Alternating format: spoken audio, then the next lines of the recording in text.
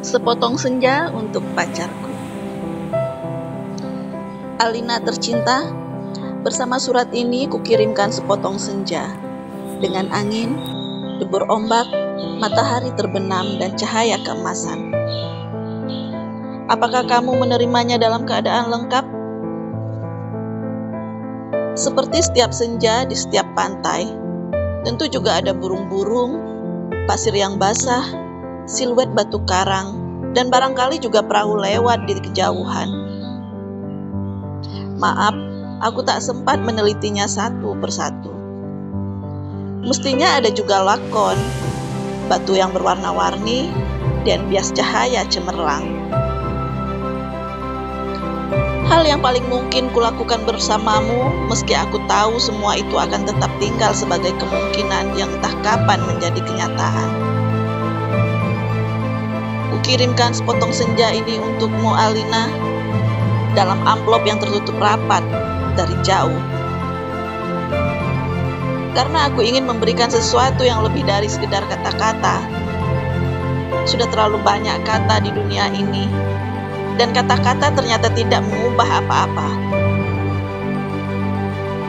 Aku tidak akan menambah kata-kata yang sudah tak terhitung jumlahnya. Untuk apa? Kata-kata tidak ada gunanya dan selalu sia-sia. Lagi pula, siapakah yang sudi mendengarnya? Di dunia ini, semua orang sibuk berkata-kata tanpa pernah mendengar kata-kata orang lain. Mereka berkata-kata tanpa peduli apakah ada orang lain yang mendengarnya. Bahkan mereka juga tidak peduli dengan kata-katanya sendiri. Sebuah dunia yang sudah kelebihan kata-kata tanpa makna. Kata-kata sudah luber dan tidak dibutuhkan lagi.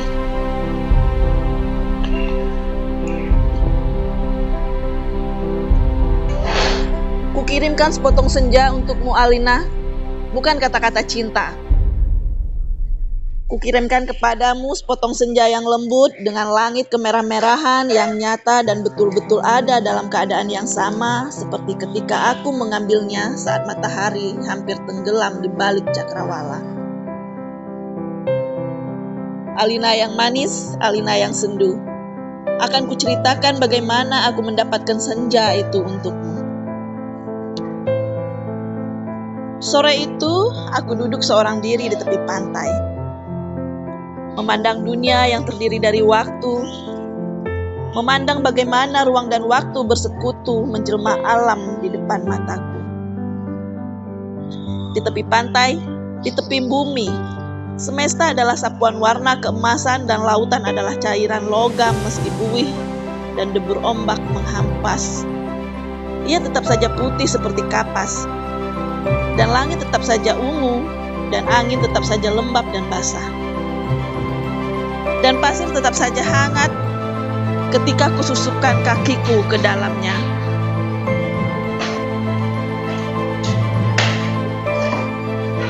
Kemudian tiba-tiba senja dan cahaya gemetar.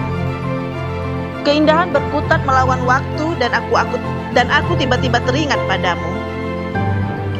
Barangkali senja ini bagus untukmu, pikirku.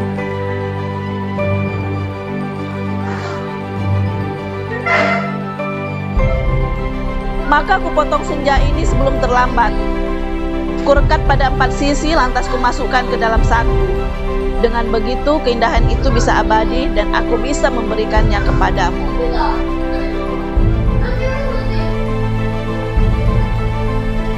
Setelah itu aku berjalan pulang dengan perasaan senang.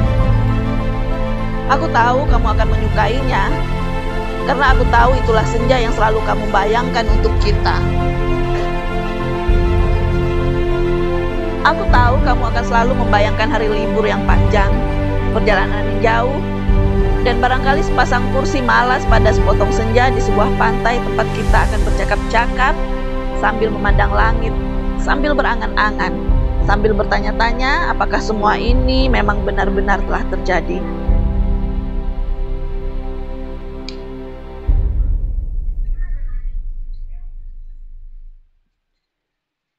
Ini senja itu bisa kamu bawa kemana-mana. Ketika aku meninggalkan pantai itu, kulihat orang-orang datang berbondong-bondong. Ternyata mereka gempar karena senja telah hilang. Kulihat cakrawala itu berlubang sebesar kartu pos. Alina sayang, semua ini telah terjadi, dan kejadiannya akan tetap seperti itu. Aku telah sampai di mobil ketika di antara kerumunan itu kulihat seorang menunjuk-nunjuk ke arahku. Dia yang mengambil senja itu. Aku lihat dia mengambil senja itu. Kulihat orang-orang melangkah ke arahku. Melihat gelagat itu, aku segera masuk mobil dan tancap gas. Catat nomornya, catat nomornya. Aku melejit ke jalan raya, kebut mobilku tanpa perasaan panik. Aku sudah berniat memberikan senja itu untukmu, dan hanya untukmu saja. Tak seorang pun boleh mengambilnya dariku. Cahaya senja yang kemasan itu berbinar-binar dalam saku. Cahaya senja yang keemasan, aku merasa cemas, karena meskipun kaca mobilku gelap, tapi cahaya senja tentu saja cukup terang dilihat dari luar. Dari radio yang kusetel, aku tahu berita tentang hilangnya senja telah tersebar di mana-mana. Dan televisi, dalam mobil, bahkan kulihat potretku sudah tertampang. Aduh, baru kehilangan satu senja saja sudah paniknya seperti itu. Apa tidak bisa menunggu sampai besok? Bagaimana kalau setiap orang mengambil senja untuk pacarnya masing-masing? Barangkali memang sudah waktunya dibuat senja tiruan yang bisa dijual di toko-toko, dikemas dalam kantong plastik, dan dijual di kaki lima. Sudah waktunya senja diproduksi besar-besaran, supaya bisa dijual kepada anak-anak pedagang asongan di perempatan jalan. Senja, senja, 1000 cuman 3.